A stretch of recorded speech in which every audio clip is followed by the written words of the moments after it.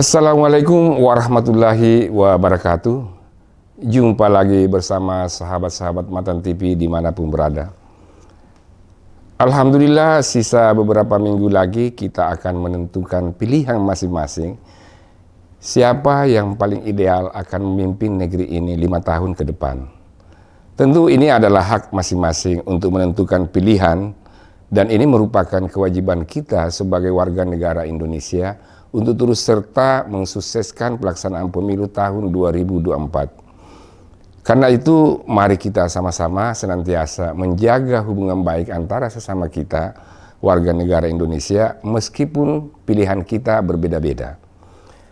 Ada beberapa hal yang menurut saya perlu kita catat selama proses kampanye pemilu berlangsung selama ini. Antara lain sebagai berikut. Suasana kampanye selama ini jika dibanding dengan sebelumnya sudah cukup bagus bila dibanding dengan sebelumnya. Artinya, jika kita memperhatikan suasana di media sosial, terdapat kemajuan yang signifikan, di mana masyarakat sudah tidak lagi mengangkat isu-isu identitas dan polarisasi agama. Masyarakat sepertinya semakin dewasa dalam menentukan pilihan, karena yang menguak sekarang di permukaan lebih banyak masalah-masalah gagasan setiap paslon, termasuk dalam mengomentari hasil-hasil debat Capres, di mana masyarakat lebih banyak menyorot masalah substansi dibanding saling menjelekkan. Masyarakat sudah tidak lagi begitu masif menyebarkan hoax sebagaimana sebelumnya, dan masyarakat sudah mengerti mana hoax, mana yang bukan hoax. Artinya masyarakat kita sudah mulai cerdas dalam menerima informasi. Situasi ini tentu sangat berbeda dengan sebelumnya, di mana hoax bertebaran di mana-mana pada saat kampanye dan saling memojokkan, bahkan saling menjatuhkan, sehingga masyarakat kita terpolarisasi dan terbelah.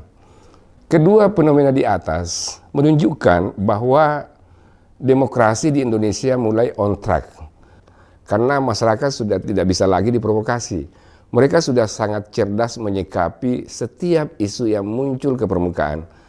Persoalannya, apakah elit-elit politik sudah memahami kemajuan yang sedang dialami masyarakat kita saat ini? Jika mereka belum memahami situasi ini, maka sudah pasti mereka akan keliru dalam menyikapi perkembangan masyarakat. Dan jika mereka keliru, tentu akan mengakibatkan kehilangan arah dan tidak mendapat dukungan.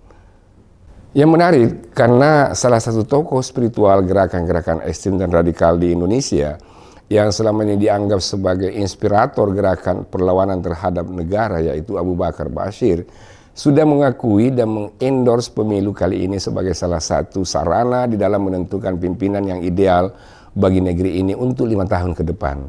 Ini menunjukkan bahwa yang bersangkutan sudah berbeda sikap dengan sebelumnya, di mana ia menentang pemilu dan menganggap sebagai bagian dari kemusyrikan. Ini patut kita syukuri, karena yang bersangkutan sudah menerima pilar-pilar demokrasi yang selama ini dianggap sebagai perbuatan musyrik. Fenomena-fenomena di atas tentu menunjukkan apa yang selama ini dilakukan oleh pemerintah terkait dengan pemilu sudah berhasil.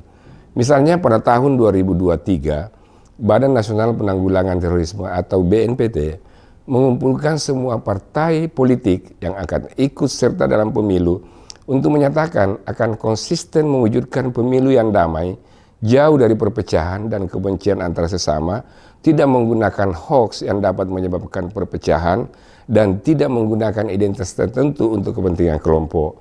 Ini tentu merupakan hasil kerja BNPT dalam upaya mendukung terlaksananya pemilu yang damai, aman, dan lancar. Selain itu, upaya-upaya deradikalisasi yang dilakukan oleh pemerintah selama ini juga mulai menunjukkan hasil yang cukup signifikan, karena keikutsertaan Abu Bakar Bashir dalam menyikapi penyelenggaraan pemilu ini berarti kebencian terhadap demokrasi dan pemilu sudah tidak lagi sama dengan sebelumnya. Demikian, semoga bermanfaat bagi kita semua, terutama bagi masyarakat, agama, bangsa, dan negara yang kita cintai. Wassalamualaikum warahmatullahi wabarakatuh.